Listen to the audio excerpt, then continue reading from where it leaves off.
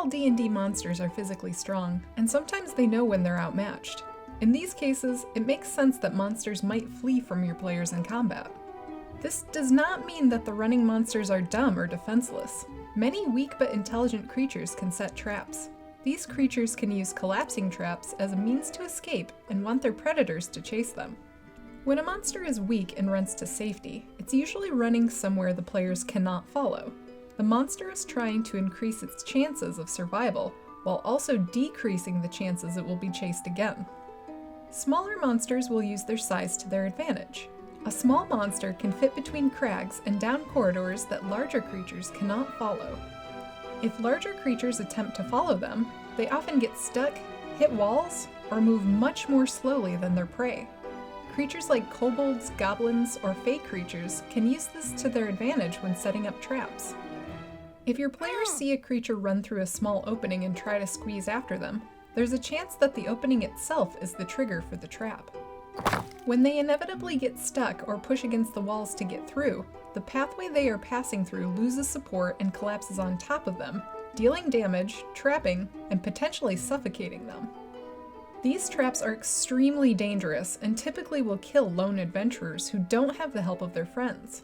The way these traps work is that the monster has step supports to hold the unstable earth up in the pathway. These supports are just barely strong enough to keep the path open. If something has to squeeze through the tunnel, the opening will collapse inward and crush them. These traps aren't complex. They often aren't even well hidden. They look so much like normal supports that players might not know or realize that they're even traps. But in less stressful situations, they might not even want to try to squeeze through such a tight space. The trap works best in situations where the monsters who built them are the bait. The goal is to get the players to chase them somewhere they might not normally follow. Sometimes the basic collapsible tunnel isn't all the monster will set up.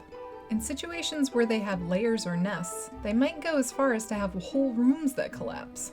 These kinds of traps are more complex, more dangerous, and a lot more obvious.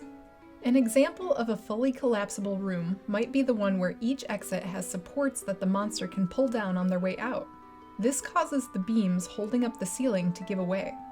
Another form of this might be a central column in the room that can easily be taken down, usually by a rope tied around the middle of it. The rope can either be pulled by an escaping monster or set taut as a hindrance to pursuers. When you make a collapsing trap like this, you have a really high chance of a TPK. It's not only that the trap itself does damage, it's just that there's little chance of escape once it's triggered. If the party doesn't have a reasonable way of escaping, like by using spells like Teleport, Dimension Door, or Stone Shape, they might be stuck for good. So let's say you've decided to set up one of these traps. How much damage do they do? Well, that depends entirely on the situation. If someone is hit by the equivalent of a falling rock, they take 1d6 damage and likely will be trapped in the tunnel until they can be dug out.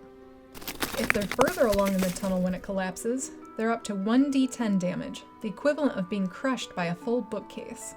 If they're in a small cavern room that collapses, they would take the same damage as a collapsing roof or ceiling, 4d10, which is much more serious. If a whole large room collapses, the damage would begin to scale up from there. 6, 8, or even 10d10 worth of damage could come down on them in even a remotely sized cave-in. If you want to get more specific with the damage for your collapsing trap, you can look in the Dungeon Master's Guide for the section on improvising damage. It's what we've used to estimate these numbers. Remember when using these traps that they're dangerous despite being simple. Like other traps we've covered, be sure to give your players an indication of the danger and let them decide if they're going to take the risks. If you're interested in more trap ideas, check out our other videos. You can find more resources at masterthedungeon.com. If you liked this video, please like and subscribe or consider supporting us on Patreon. Happy DMing!